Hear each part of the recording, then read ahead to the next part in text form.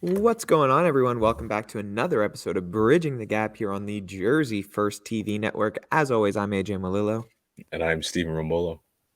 And Steven, I got my Yankees jersey on because it's actually my Aaron Judge jersey. You got the 99 in the back.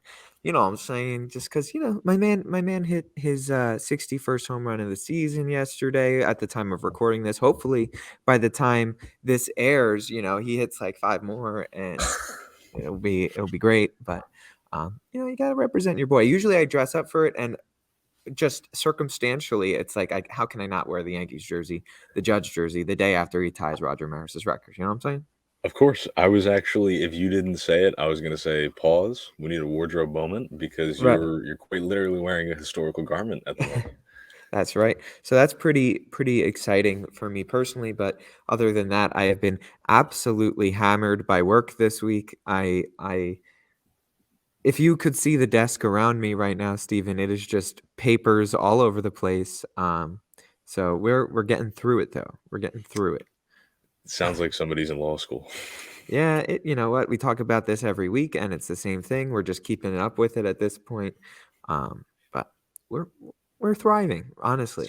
It's what we do. That's what we do. You're surrounded by papers. I'm surrounded by dozens of empty little food containers that I've been prepping my meals in. So it's no different. It's crazy that Steven, at this point, you're about 20 pounds heavier than me, a little bit more than 20 pounds heavier than me, because but you're about a foot taller than me. So Yeah. that's I think the number that I saw on the scale yesterday, I don't think I've seen that number since I was in like high school. It's that's scary. it's getting low. And we still got a month to go. That's right. So what is like the goal weight for when you're competing? It's not necessarily a weight, it's more so the look that we got to Mm. maintain. Um but based on the way things are trending and just workouts and posing and everything, it's looking like I'm going to end up, my guess, and I'll throw this on the record. Show day, I'll probably weigh in at about 179 pounds. That's going to be my Wow. guess. I think I'm going to That's light. take just under 180. And what were you probably what, like 210 at the end of the summer? Yeah. So at the end of the summer, I was consistently like 215. And then for the year before that, I was Oh, you were a big boy consistently that year, like, right? I was like 235, 236, I think was the heaviest I ever like saw on the scale. So you're talking almost 50 pounds in a year, but I'm still just as strong as I was when I was 236. So we know we've done the process right and preserved all the muscle that I've built for so many years. Right. That's the thing. You were 236, but a lot of that was muscle. Obviously, there was some fat there, but now the body fat content so much lower and the muscle Yeah, is leaner. So that's good stuff. it's A crazy. lean, mean, big red machine, you know what I'm saying? Yeah, that's what they call me. You know what kills me about this? And I guarantee you we could go back over the weeks. I'm noticing like sunkenness in my face. Like if I'm just resting, like my cheeks are starting to get sucked in, my jaw is real skinny. You're getting It's a jawline. You're I you're gonna have to know. you're gonna be able to shave your beard fully. I've never had that before. Right. So it's a beautiful process. It's grueling, but it's so rewarding. And I think that the parallels to law school are tremendous. It's a full-time commitment. It's grueling, but it's rewarding. And you're probably losing weight. Mine's by design, yours might be by stress. I don't know. Yeah, I mean, I would say I'm not stress eating, which is good, but I did, because I was in Jersey the weekend we were together, but I stopped and I grabbed two pies on the way home because we passed the best Oh, farm. It's fall, grab the pies. But yep. um, so we've been eating some pie at night, but that's okay. That's okay. Wish I could have a pie right now. But moving on. There's just two quick topics that I think is important to cover. Obviously, the first day that this is airing is the first day of October. So if you notice, our names are in pink. We're going to have more pink logos for the month of October, obviously, based off of Breast Cancer Awareness Month. I think that next week I think we could share some stories about how Yeah. cancer or breast cancer in general has affected the two of us. That's something that we'll talk about next week because it affects everybody. Somebody everybody has somebody in their life who, if not them, or they know somebody that has been affected by breast cancer. So this is cancer is a terrible disease that really hurts every single person on planet Earth in some way, shape, or form. So it's always good to raise awareness. I mean, I would say most people are aware, but raise funds for research and things like that, which is a big deal in October, and something that Jersey First is really going to be pushing for. Yeah, I was gonna say this is not just a like a bridging the gap thing. I think it's important that like we talk about, the mission of Jersey First here. I know next week I think it would be more relevant to talk about, but one of our I'll call them co-stars on Jersey First TV, Colleagues. yes, colleagues, hosts a phenomenal walk to raise money. So we can give you guys more details about that next week, as it approaches closer, because I think it's an important thing to be a part of, and this organization is clearly passionate about it. We have people here who are passionate about it, so it's important for them. It's Absolutely. important for us. It's important for everybody. Absolutely. And another piece of important information, especially being people from New Jersey, a lot of us have family and friends and uh, relatives in Florida right now. And as we are recording this, they're getting hit very, very hard by Hurricane Ian down there, especially on the West Coast.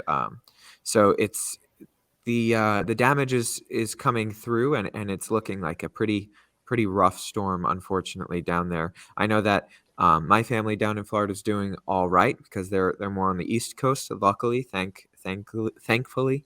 Um, but for those that didn't evacuate when they probably should have and decided to hunker down, we hope that you guys are okay. And for those that did choose to evacuate, hopefully, obviously things can be replaced and people cannot, but you know, it's still tough to lose everything, which is something that Stephen, I know you can speak to personally more than I can. So obviously we pray for your belongings and precious moments and possessions that are in your home. And if you're there, then and we pray for you um and your family.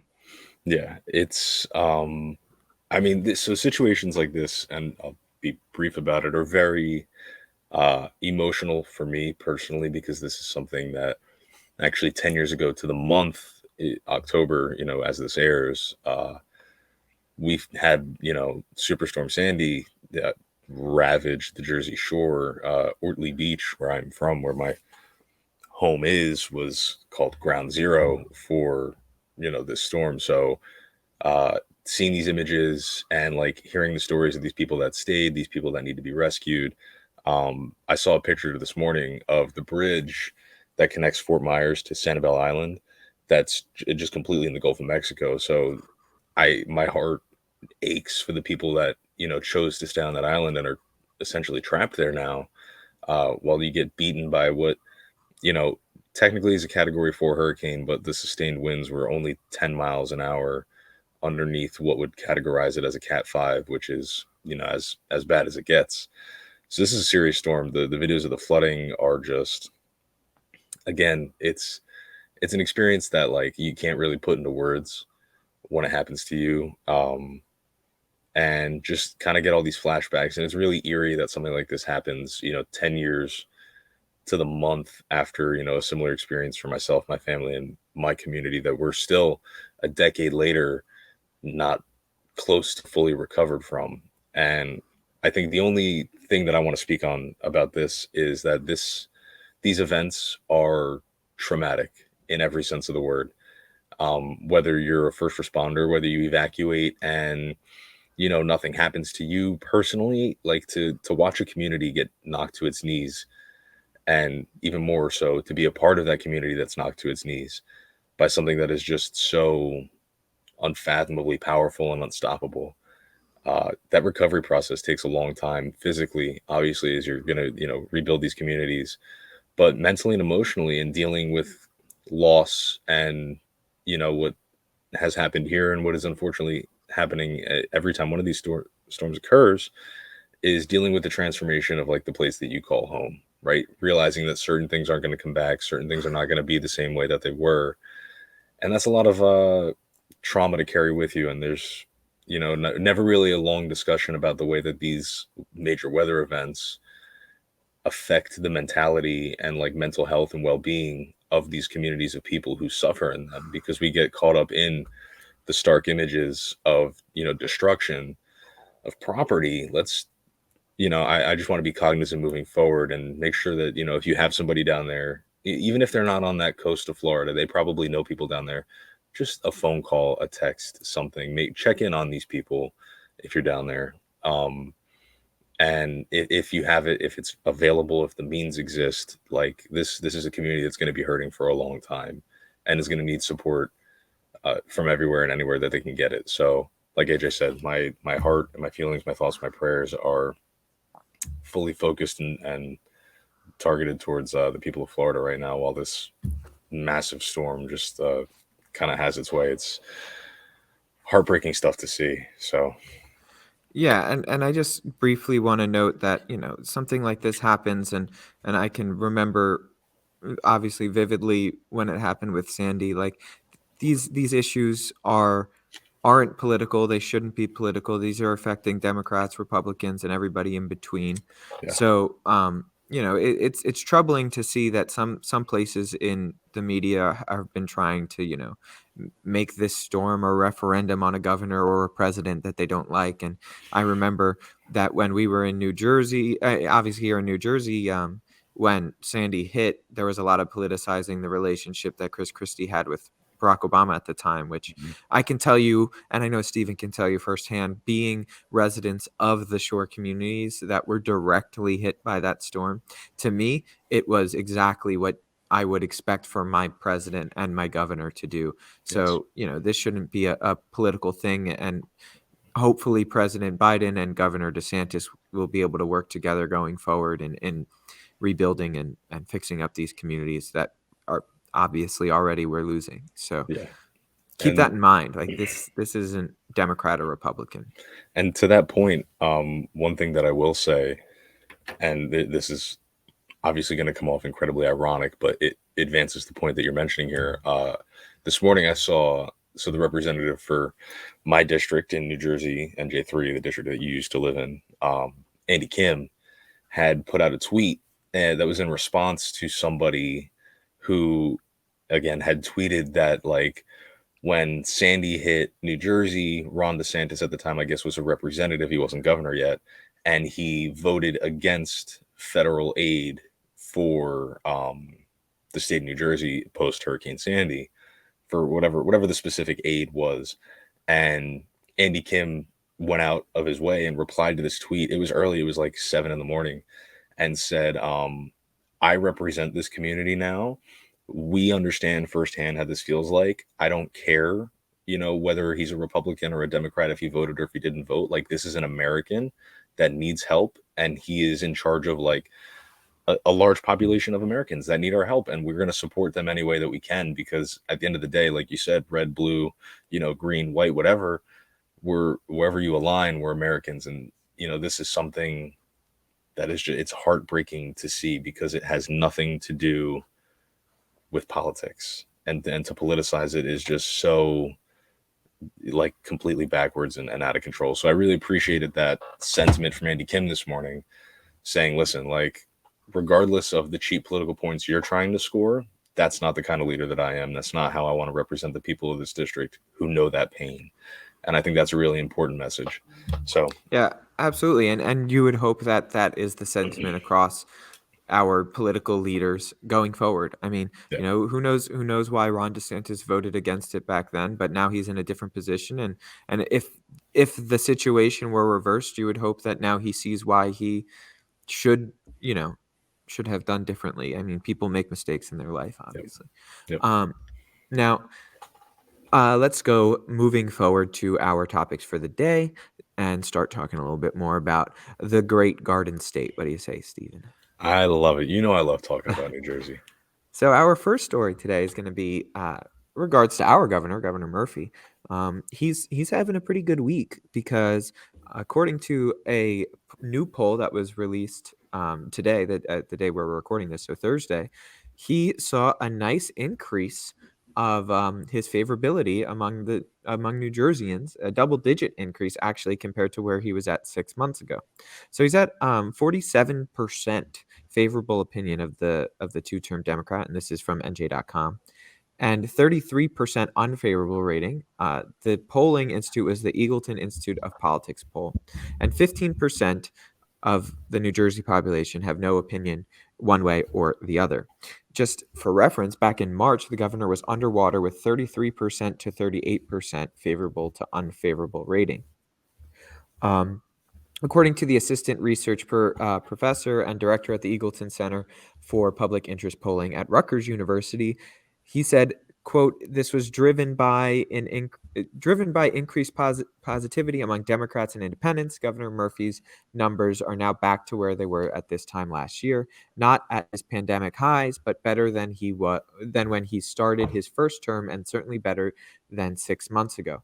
If we remember this time last year when he was running for re-election, his favorability was right around 50%, and the votes were right around 50%. Like he just barely won in a re-election that everybody expected him to win walking away.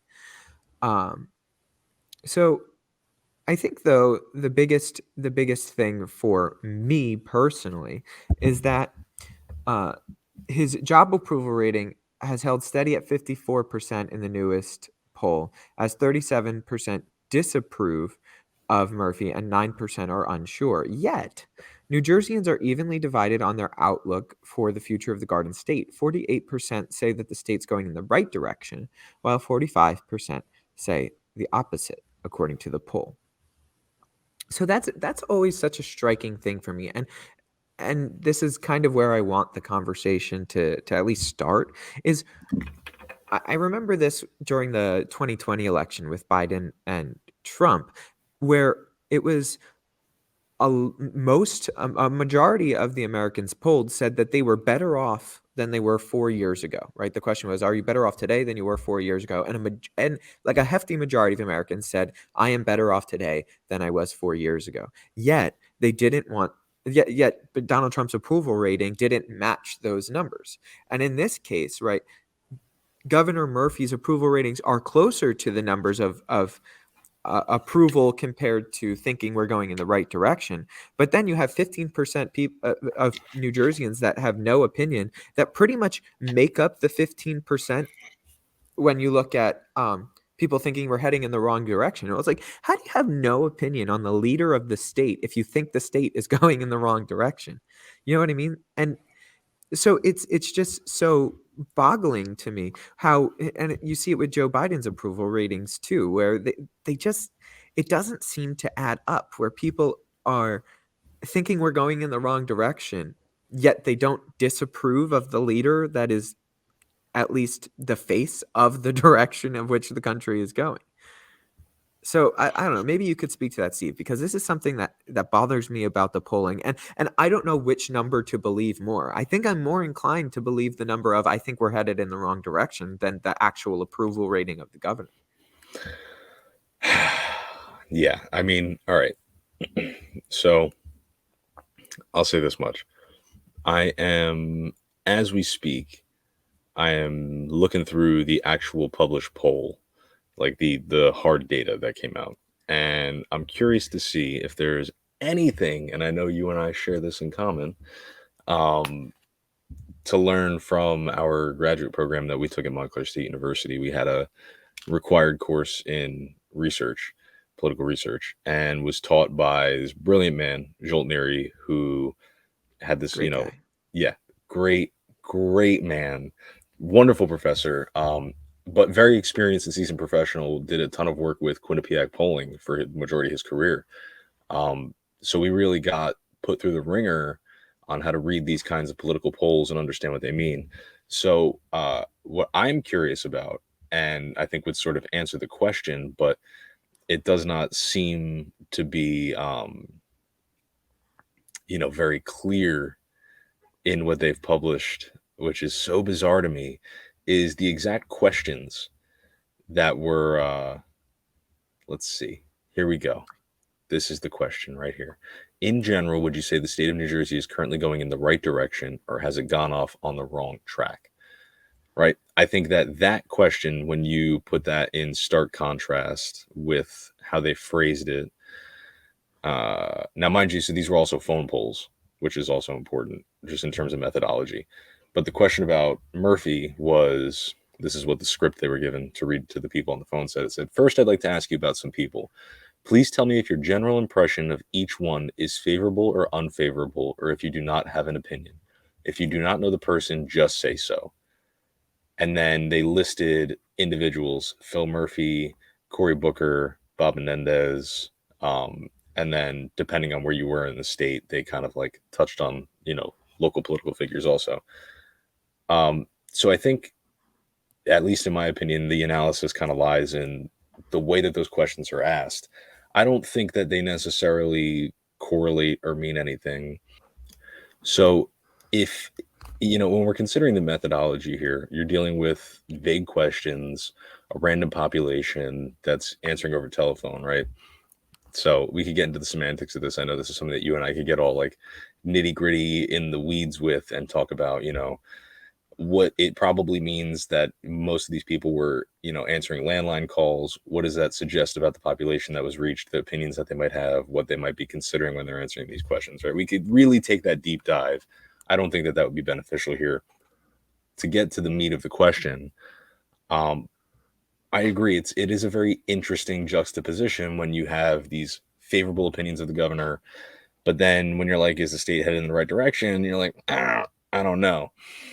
And it's like, And but bigger than that, Stephen, too, and to your point, if you look at just overall job approval, like how do you think Governor Murphy is doing in his job, right? So what's the direct question? Let me pull it up.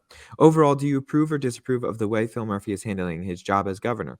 So if you look at that, it's 54% approve, 37% disapprove, which is actually higher than his overall favorability when it comes to approval. But then only 48% of people think that New Jersey's going down the right track, while 45% say it's going down the wrong track. So like even when you talk directly about the job that he is doing as governor, as opposed to just how you feel about him in general, it doesn't add up really where it should, or where I think it should. Like if I have a favorable opinion of a governor, I probably think we're going in the right direction as a state. well, I would tend to agree, and I think in this case very specifically, I agree with you because he is a two-term governor and he's in, his second term. But circumstantially, like, I understand the vagueness of that question because there's some people who, and this is just, the powers that be and the way that it works with polling. Somebody's issue, they might still be hung up on, let's say that there's somebody who is a diehard believer that we need to have red light cameras for public safety, right? And they could be like, you know what? Murphy's doing a great job, but our state is headed in the wrong direction because we keep, not acting up to the errors of Governor Christie and owning like our public safety responsibility, right? Like it could be something as simple as that because you're dealing with a random population of people. And dude, between you and I love people. People are weird. People get hung up on No, weird things. you're absolutely right. People are weird. I think that the biggest thing for me though, it's just whenever I look at these polls and I see these things, it's just another check in my box that polling is a flawed system that we use, and we try and make it so much more than it is. And when you look at the polling over the last however many elections, it's been wrong every single time, dating back Oh to yeah. like 2017, 2016, 2017. So if we're looking at it, there seems to always be this bias, and it tends to go in one direction. It tends to show more favorability, more positive outlooks for the left side of the political persuasion, I'll say. And there's a lot that goes into that, right? It's who's answering the calls, who is talking to the pollsters. Obviously, conservatives tend to not trust pollsters, so they're not going to answer the polls the same way that Democrats do. So I think there's a lot that goes into it. But personally, in this is just my opinion. When I'm looking at these polls, I tend to think that the most true answers are in the are you better off than you were, and do you think we're going in the right direction or not? Because to me that question cuts through politics a lot more than are you do you like person X or person Y? um It's such a hard thing to talk about, right? And that's why, I mean, listen, you and I had our, few years where we did stuff that, was based on polls, and I understand why those guys make all the money, because that's like a crapshoot, and you're throwing a lot of, heavy opinions around something that's very vague and volatile at the end of the day. But to your point, I think my issue with polling, like you raise very important ones, who's answering the phones. People who lean left are probably more likely to answer these phones because of an inherent trust in these systemic processes, whatever. We could talk about all this, right? But for me, the vagueness of the questions leaves a little bit to be desired when we're talking about it, because if a pollster called me and was like, "Do you think New Jersey's headed in the right direction?" My answer could never be just yes, no, or I don't know. It would be like, well, what specifically? Or I think we're headed in the right direction, when it comes to our commitment to, social progress. Do I think we're headed in the right direction when it comes to, how we're managing our finances, which is something we're going to, talk about in the next few minutes? Probably not. Like, and you're asking a lot of somebody who's probably at home or at work, not really involved in all this stuff, to make a snap judgment and weigh, all the positives and negatives of all the things that are important to them, and then, average them out and conclude, yeah, I guess we're doing the right thing, or no, probably not. So they're very weird metrics to use. which is exactly why I think they would line up better than they do, but they never do, and Yeah. it's so confusing to me. I don't really understand it, but like you said, people are strange. Polling is just asking people's opinions, and people's opinions are contradictory all of the time. Yes. Everybody has contradictory opinions. Like you can't even be mad at somebody for having a contradictory opinion, even though we all always get mad at people who are having contradictory opinions because we all Right. have them. And Yep. it's like inherent and innate in human beings. It doesn't make sense, but that's just who we are as a species. Yeah. So I think that that's the main thing I want to take out of this is not like, hey, look at the great job that the people of New Jersey think Phil Murphy's doing, because I don't think that that's the right thing to take out of it. I think the right thing to take out of it is that it's these polls are much more complex than they look at than it Yes. looks like, and there's a lot more that goes into it. And so to take polling for what it is one thing, but to read the tea leaves of what this means is nothing, because like the article said, it changes in 6 months, right? Who knows what next March means for Phil Murphy? Yep. Like, he could be underwater tremendously again. The best example is just look at the approval ratings of Chris Christie, from sky high to Yeah. literally like 7%, He if had not lower. the highest approval rating of any Republican governor in the history of the state of New Jersey.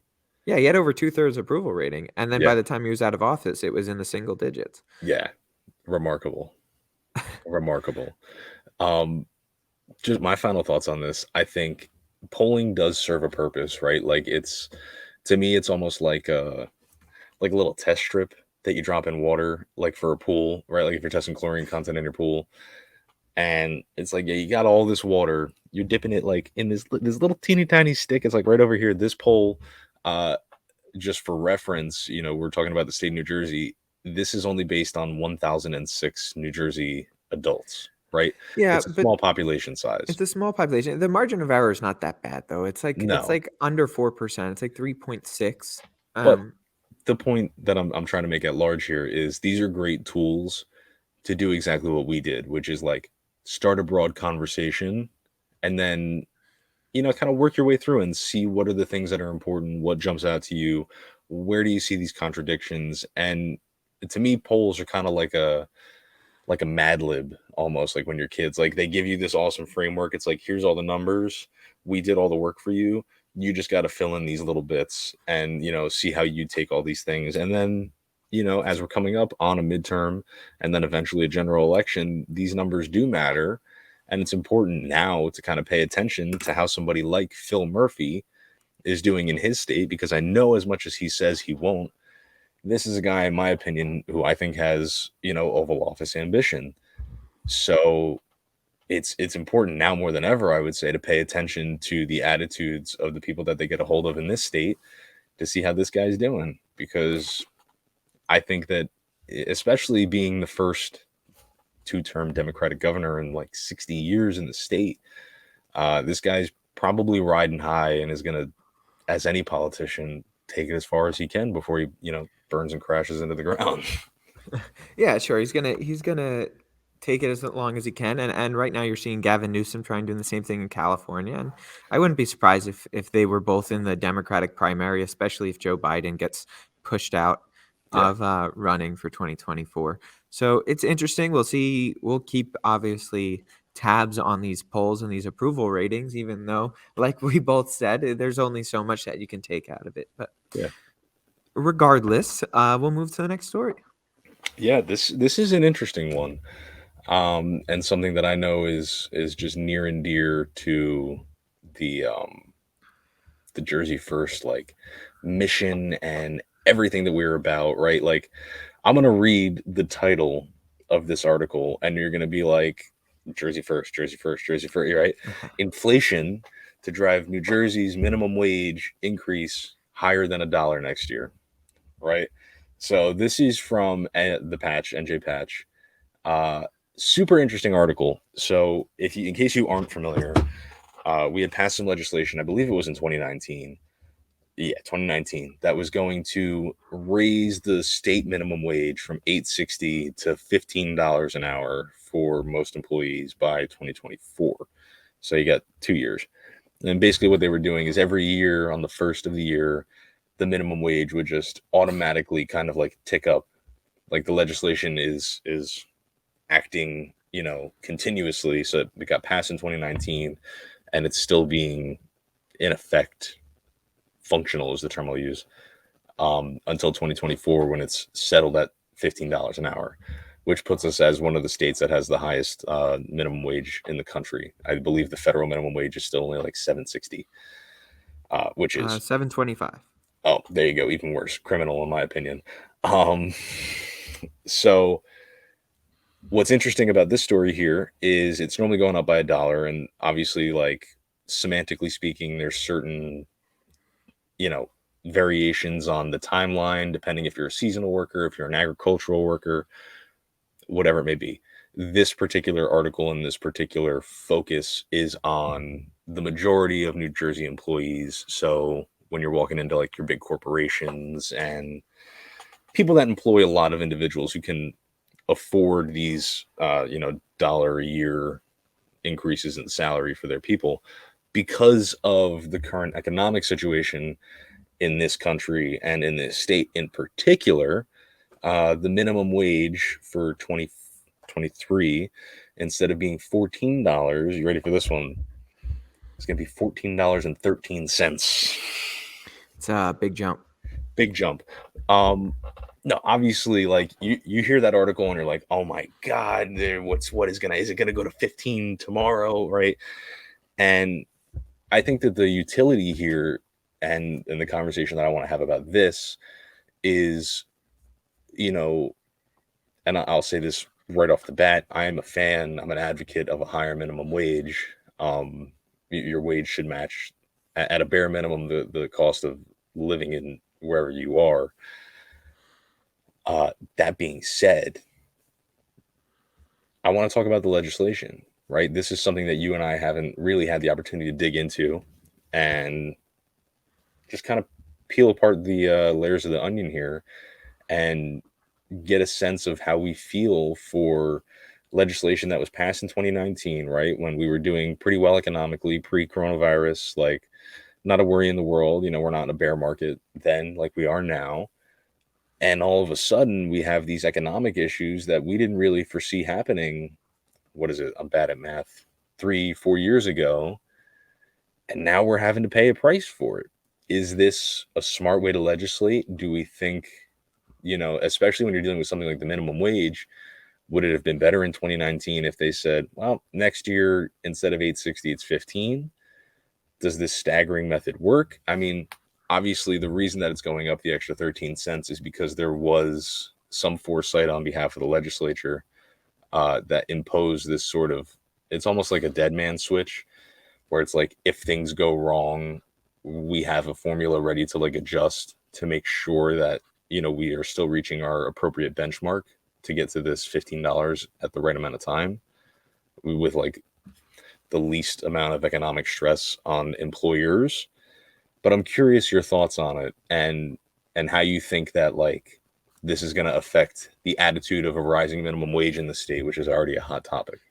Well, the actual minimum wage is zero. You don't have to be hired. You don't have to be working. The minimum wage, no matter what, is always and always will be $0.00. I think that the federal minimum wage, actually, I don't think there should be a federal minimum wage. It should be by state. Depending on your state, it depends on the cost of living in the state, right? So Mississippi, $15 an hour is much more, gets you a lot further than it does in New Jersey, right? New Jersey's an expensive state to live in. We all know this. And I would say, look, it's like anything else. Every time we mention a spending bill, anytime we mention anything like this, I say the same thing. We're in the middle of an inflationary spiral, and you're just pumping more money into an economy that can't handle it right now. And it's like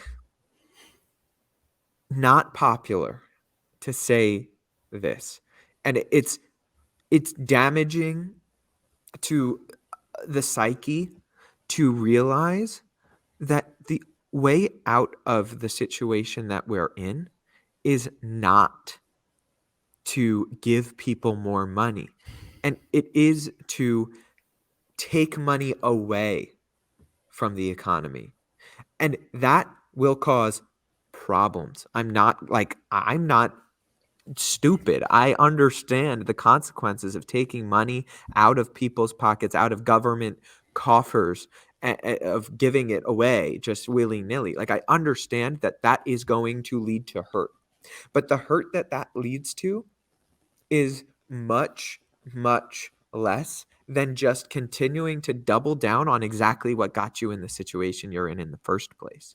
And I would say I was against the raising of the minimum wage to $15 an hour in 2019. And quite frankly, I'm still against it now. I get all of the arguments for it that, people should be getting this wage because you can't live off of minimum wage salaries and blah blah. And it's like, come on, you can't live off of $15 an hour either. Like, let's not kid ourselves.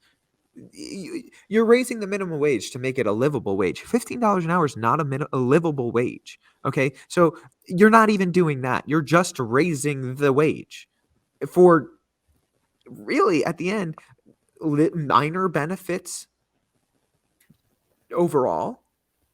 Yeah. I don't know the numbers and the statistics off the top of my head, but I'd be shocked So if people are doing tremendously better because the minimum wage went from what, $8, like it was in 8.50 in 2019, to $13 it is now. Like, how much has that really, really, really helped the working class of the state of New Jersey? luckily for you, in this article, we have a wonderful quote from the state labor commissioner, Robert Asaro Angelo. And I think that you are going to have a field day with this one. So this is exactly what he said. He said, quote, "The governor and legislature had the forethought to account for the possibility of rising costs in their historic minimum wage law, which helps low-wage workers better provide for themselves and their families.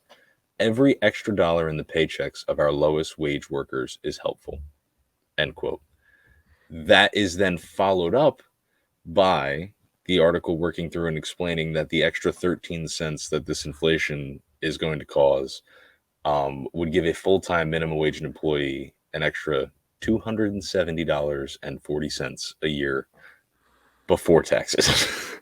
Right. No, exactly. And that's the other thing. It's like, who are we kidding? We're one of the most highly taxed states in the country. There's a high income tax, there's a high sales tax, there's a gas tax, there's a high property taxes in a lot of areas. Like, you're not putting more money in these people's pockets.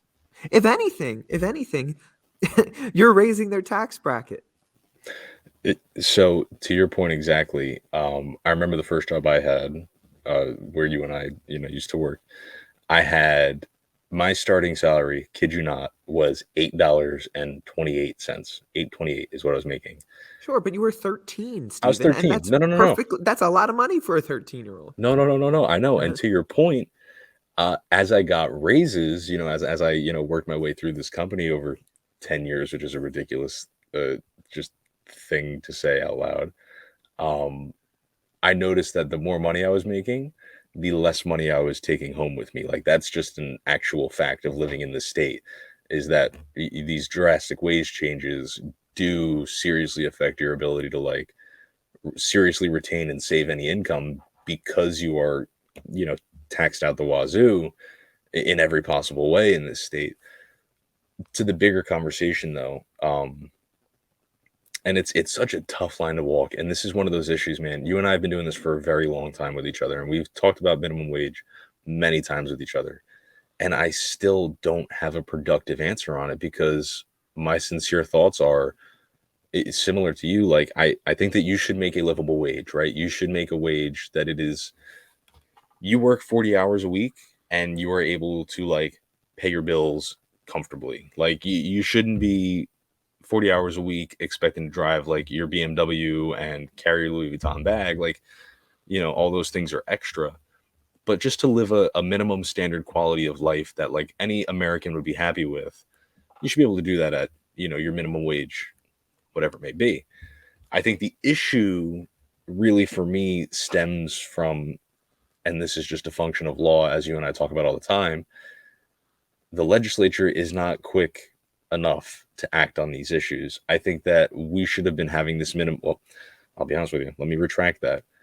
We probably certainly were not alive when these conversations about appropriately raising the minimum wage to match the standard and cost of living wherever you may be, that should have been happening decades ago. The federal minimum wage, if I'm not mistaken, and I believe it says it in this article actually, uh, has been, yeah, you ready for this? The federal minimum wage is 7.25, and it's been like that since 2009.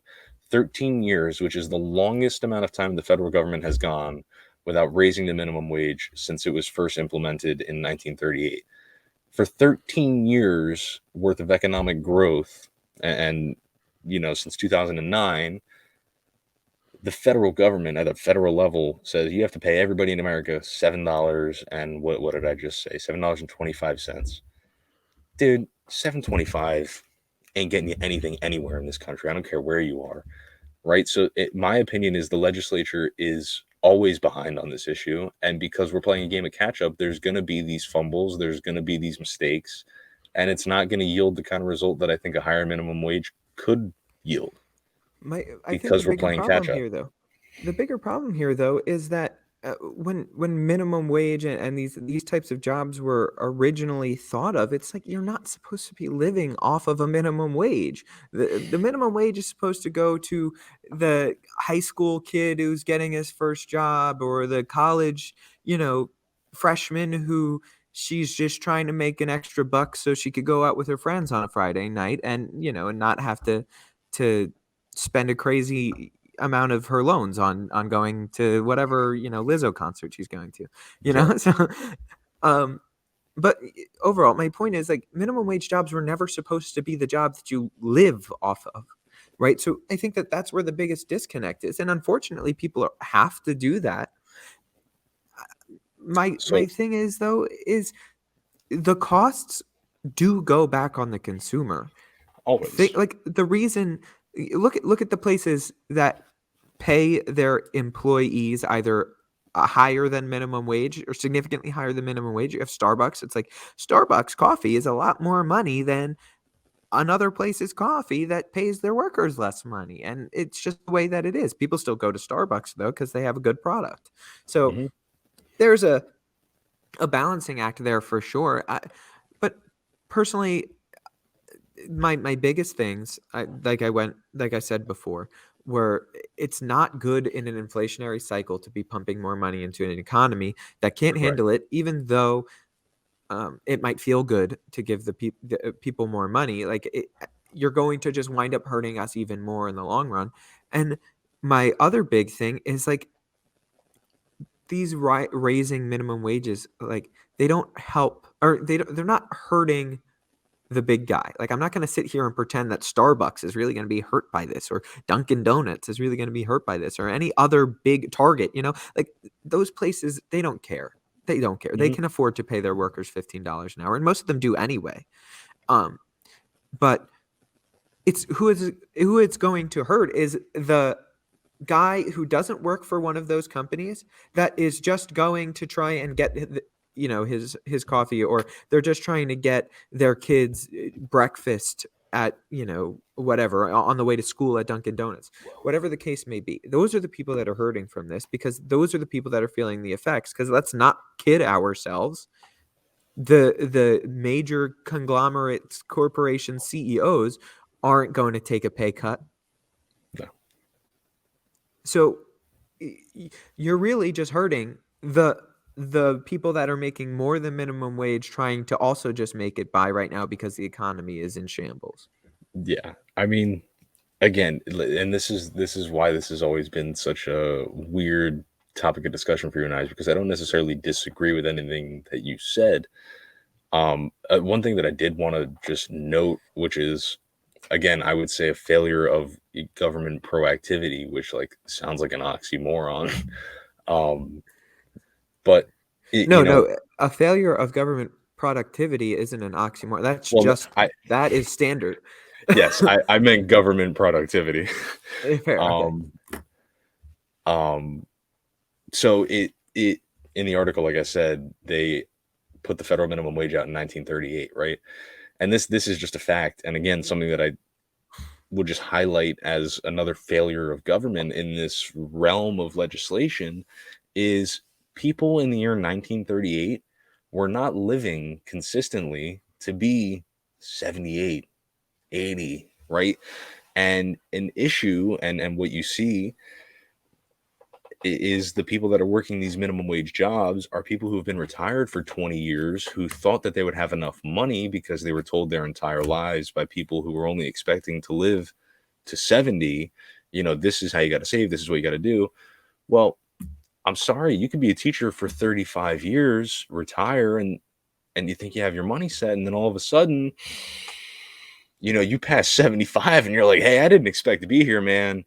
I need to make some more money. You're not going to go and jump into a career. You're going to go bag your groceries at ShopRite. You're going to go work those minimum wage jobs. So there is more of a market for these minimum wage jobs, and there are people who like genuinely have to make a living off of that. And Yeah, and I think it's just an inconsiderate failure of government to not account for those things. I don't know. I just one brief point before we move on to the last story. I just think that to your point and to that last point that you made, I don't know if that's a failure of government. I think that it's a failure of our culture, bigger than the failure of government. Um, the 75-year-old grandpa or grandma that has to go back to bagging groceries shouldn't have to go back to bagging groceries, because she or he should be able to live the last however many, hopefully decades, with their their children, right? That for a long time in our country, when people got too old that they could go to work, the door was open to them for the children. Their children opened their door, who are now adults, who have their full careers and everything. And I think it's a bigger failure on our culture in general, that the families are split apart, and that's not there anymore. The you know grandma isn't able to move back in because they're not that unit isn't strong. And I think that if we're getting into the nitty gritty of the biggest problems in our country, and this is a direct result of of what I think is the biggest plague on our society, which is the fact that family units are not what they once were in 1939, in 1950, in 1980. The family unit has crumbled essentially. And I think that that is, if you look at all of the issues that we have from this type of economic standpoint that you have brought up, that's the bigger issue. I don't think that it's too little of a minimum wage or necessarily. I mean, a lot of government policies has led to the erosion of family, I Yes. would say. So it does have a lot to do with government failure, but it also just has to do with societal failure, cultural failure, that we've kind of forgotten the importance of such things. I am going to take the cheap way out of this and say that it's hard to agree or disagree with you. This is something that you and I philosophically have been juggling with for a very long time, and I think we'll juggle with probably for the rest of time.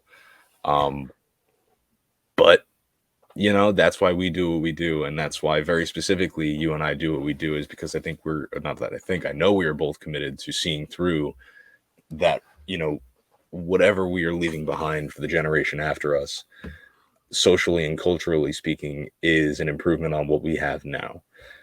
And again, brilliant to me that we could take a conversation about minimum wage and this 13-cent increase due to inflation and extrapolate that to have a larger discussion about the degradation of the family unit in modern American society, right? So we're very clearly like able to work through all these issues. And to the final point on the story, what I would say is I would implore all of our listeners to think critically about these kind of situations the same way, because we've done that, every story thus far. And I would say every episode really thus far is extrapolate and look at the bigger picture and try and work on the bigger picture, use these issues as a vector to find out what you see as the real problems dividing this country and work towards a solution on them. So the next story we're going to be covering is about an NJ teacher who was suspended for lessons on Hitler swastikas, and he sues the school district. This is another NJ.com story. And basically, a teacher in Bergen County has filed a lawsuit against a school district where he teaches history, claiming he was suspended after parents and students complained about his lessons on the rise and fall of Adolf Hitler. That included an assignment to make a propaganda-style poster. The teacher has been accused of violating NJ's laws against harassment, intimidation, and bullying for his teachings about World War II, Hitler, and the history of Nazis and swastikas. He had been teaching in the district for more than 22 years, and he teaches 7th grade social studies at Woodcliff Middle School. And basically, the class lessons included the Nazis' use of swastikas as a totalitarian symbol, the history of the symbol, including how it was once a positive Hindu emblem, and how Nazis had appropriated the swastika for evil purposes. He had been teaching the class for 10 years. The lesson plan included a poster project in which students were told to draw a political cartoon or a propaganda type poster from the perspective of a citizen or government official. Some students' posters included drawings of swastikas, but Welsh explicitly instructed the students never to draw the swastika outside of the classroom, as it is considered a hate symbol. Welsh also showed students videos of Hitler giving public speeches to demonstrate how angry of a speaker Hitler was. And this is all according to the lawsuit that he filed. Welsh was summoned to a meeting with the superintendent on February 3rd after holding classes on February 1st and 2nd. And the superintendent allegedly told him, quote, Jewish people in town were upset with the lesson, and she ordered him to, quote, fix this. So he apologized for any misconceptions or misperceptions of the lesson. And basically, despite the apology, he was still suspended. The lawsuit goes on to claim that Welsh has been looked at by the district administrators in an unfavorable light dating back to 2021 when he tried to establish a Christian club for students. And again, that fall when he expressed his displeasure with the state enacted curriculum requirements, including sex education and LGBTQ issues. The lawsuit claims that Woodcliff Lake school administrators and the members of the Board of Education engaged in religious discrimination and violated Welsh's First Amendment rights and his rights under New Jersey's anti-discrimination laws. Welsh is also challenging the state HIB laws as too vague and constitutionally overbroad, therefore allegedly violating his civil rights.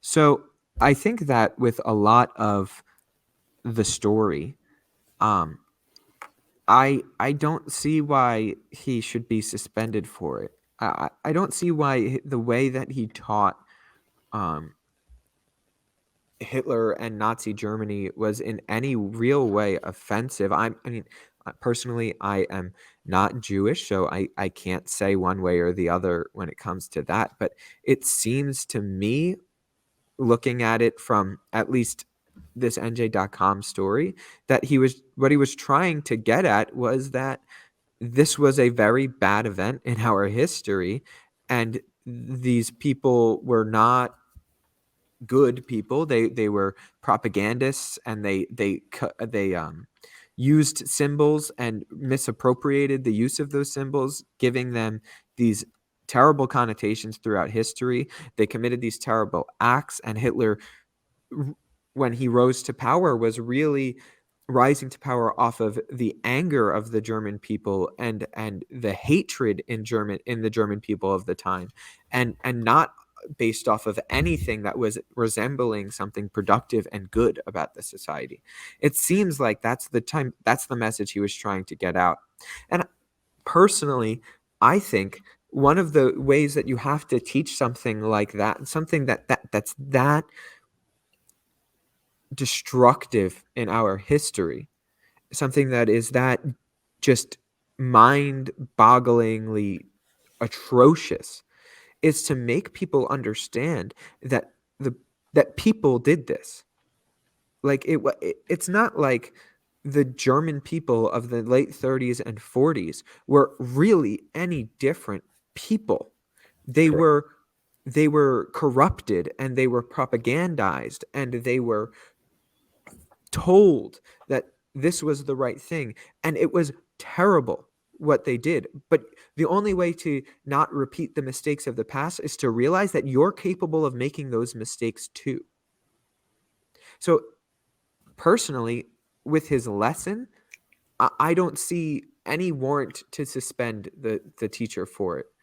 It reminds me of a story that Stephen and I had covered when it broke, when we were working at Montclair on the radio, about a teacher who was in Beechwood, a town close to where Steve and I grew up, that was teaching students about slavery, and his was much more questionable behavior. He was basically having these kids pretend to pick cotton and would make like whipping sounds and things like that, which I don't know. I could see that being much more offensive than the way that this lesson on Nazi history was taught.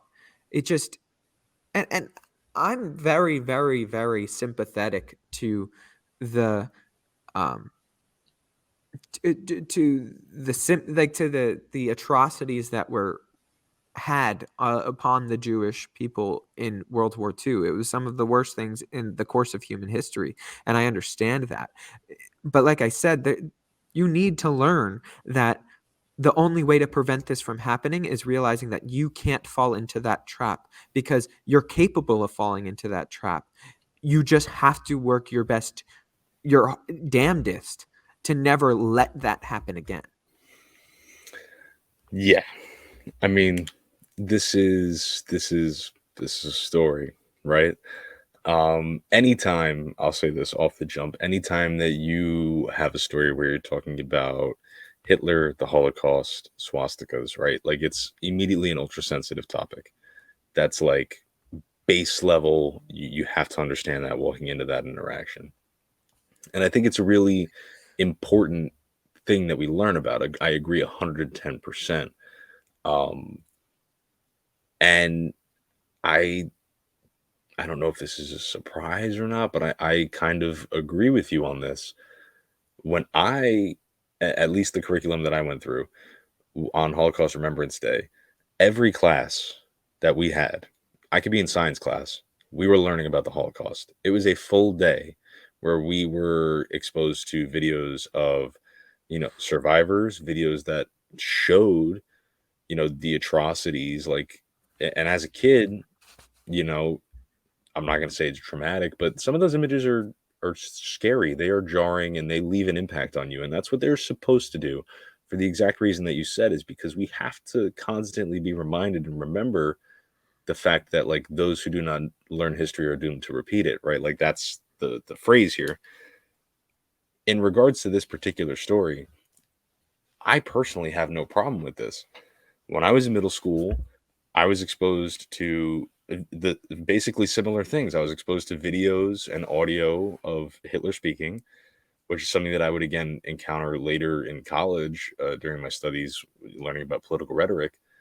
And I'll be honest, with the hindsight that I have now and the education that I have now, I wish that I had learned at a younger age about the effects of political propaganda and how they functioned as like the biggest tool for the success of Nazi Germany, right? Like understanding how propaganda works and the poor or undesirable outcomes of good propaganda, I guess. Good, like, in the sense that it did what they wanted it to do, right? Like understanding how all those things function to create a global atrocity is so vitally important to understanding the context of the Holocaust and really the entire 21st century, because that's like the defining event is World War II, I would say. And predicated on that is the atrocities of the Holocaust.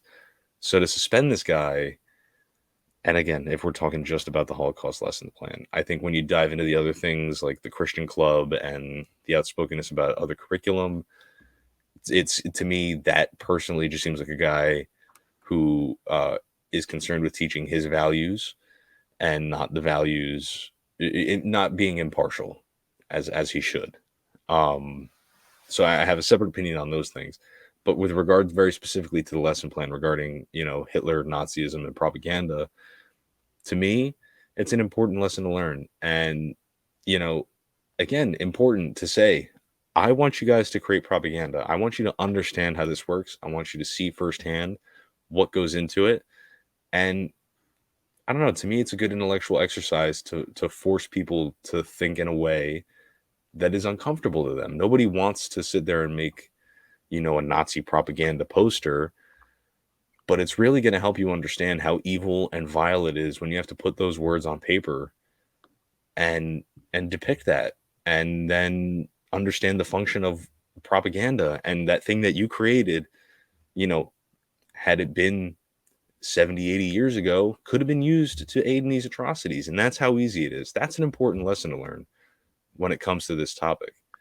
So if we're talking just on the lesson plan and the way that he executed it, obviously, do I think he should have been a little more thoughtful and exercise a little more discretion when you're talking about this? Like, absolutely, point blank. That's like base rule number one, is you want to cover all your bases and make sure you are as like clean cut as you can when you're talking about the Holocaust and teaching that, because it is one of the most important lessons that any student in the American school system learns, right?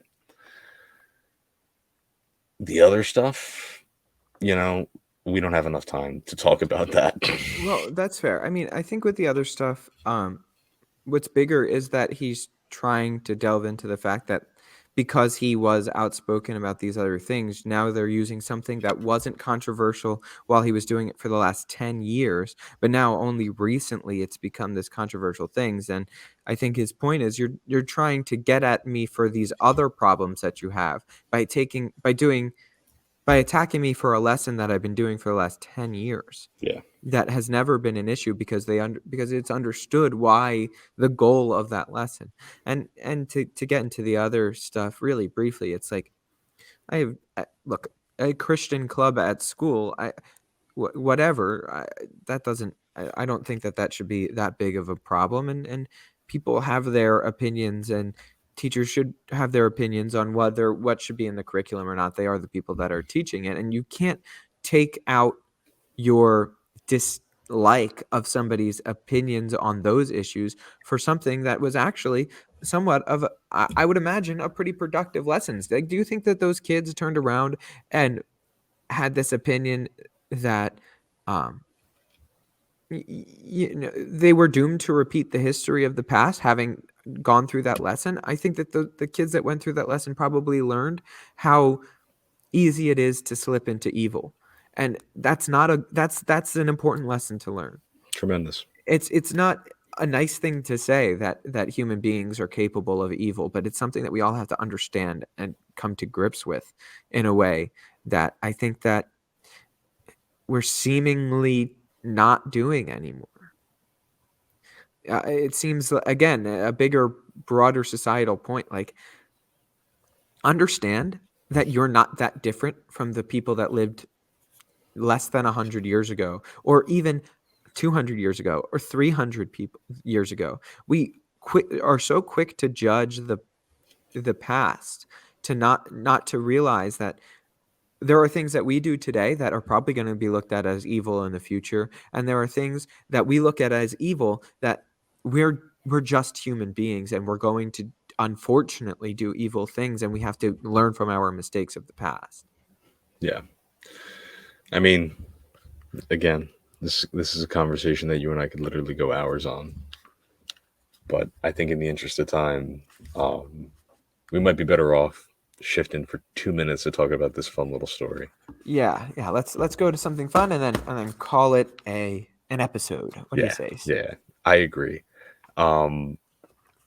I don't know how many of our viewers and listeners had seen this, but recently, this was last night, so September 28th, mega pop star Lizzo did something really cool. She is, on top of her fame and notoriety and controversial status as a celebrity, she's a very technically trained flutist, I believe is flautist. I knew the band kid would know. Flautist. The girl plays a mean flute, and it's like the scene of Anchorman. It's like, I play in the jazz flute. Yes, that's exactly what it's like. And she was recently in Washington, D.C. doing a show, and I don't know how the banter started on Twitter, but the Library of Congress somehow, some way, had tweeted out a picture of all these flutes that they've kept that have, like, historical meaning and historical links to the United States.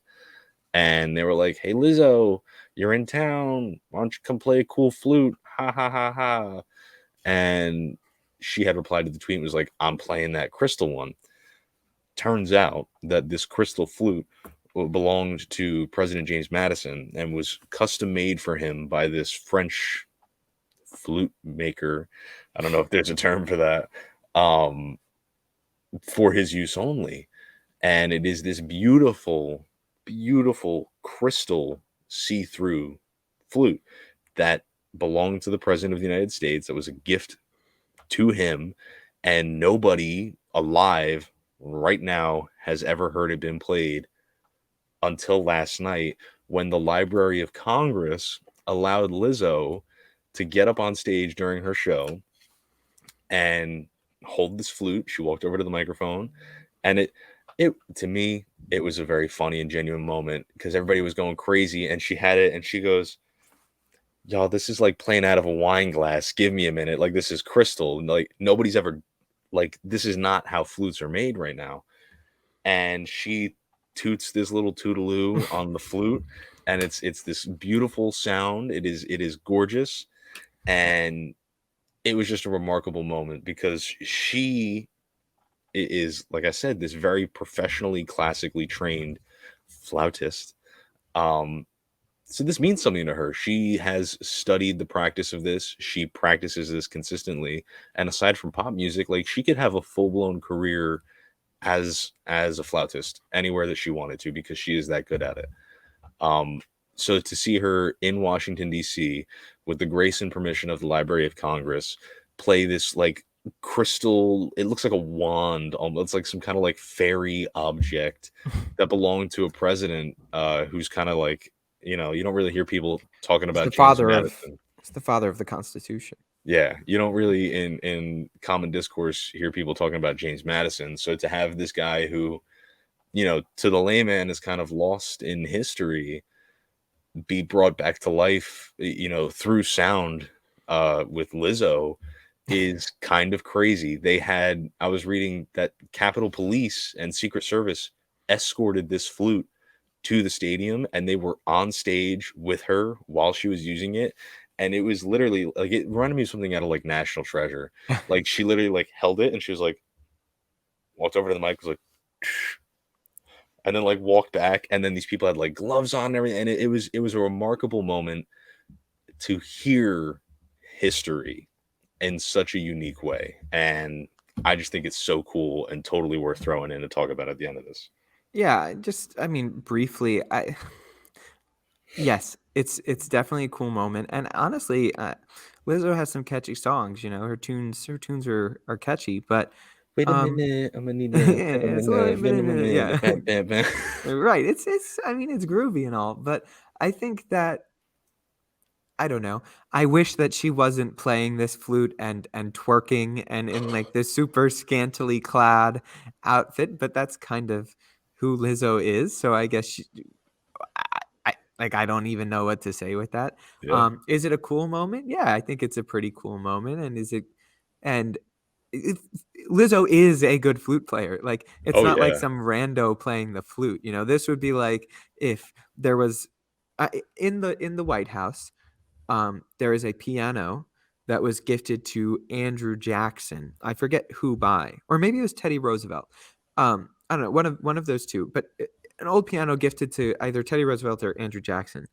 Um, that my high school chorus director got to play because we sang in the White House, which was super cool.